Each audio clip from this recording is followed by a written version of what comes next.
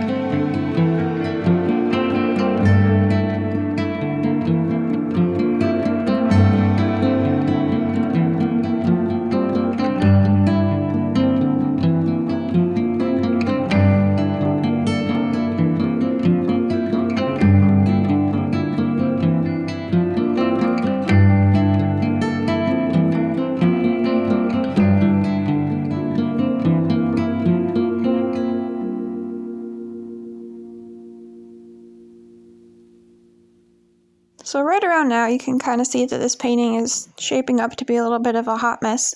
I kind of like some parts of it, but the colors are just all over the place. So I'm about to give up on it, but I decided to just tilt off that giant gold section and see if I like it better after I get rid of that. Because I kind of like the middle section with the small section of violet there. So I'm going to go ahead and tilt that off, but that makes a pretty big difference.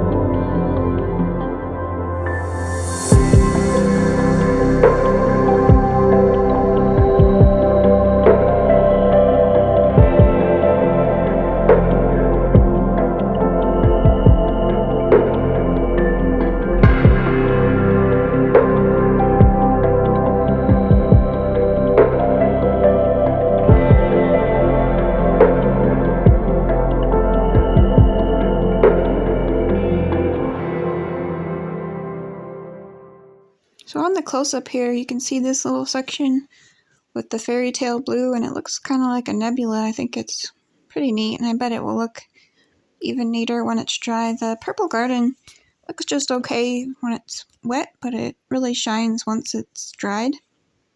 Here you can see it got a little squiggly as I was trying to tilt off a little bit too much paint, so if you notice a lot of squigglies in your painting, it might be that you're trying to tilt off too much, so you might want to add some more paint. But I really wanted to try and salvage what I had here, so I was hoping that the squigglies wouldn't bother me later, and they really don't.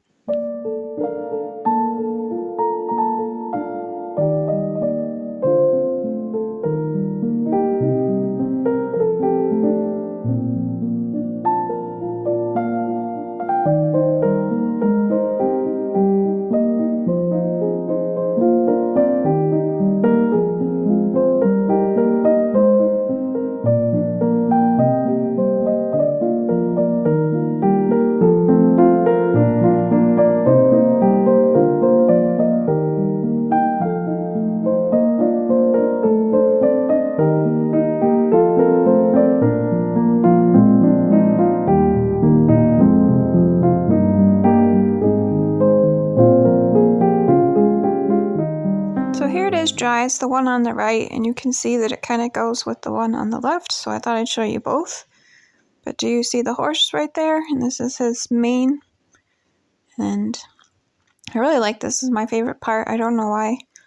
Very little violet ended up showing up, but if you look at this gold section, that could be, if he was a dragon, he could be spitting out fire, and this is the fire part, so I guess that depends on which animal you like best. There's maybe a unicorn in there too from a distance. So you can kind of see in this purple section the eye candy, how it shifts a little, and it gives it a lot more depth, and you could really tell what it looks like when it's wet.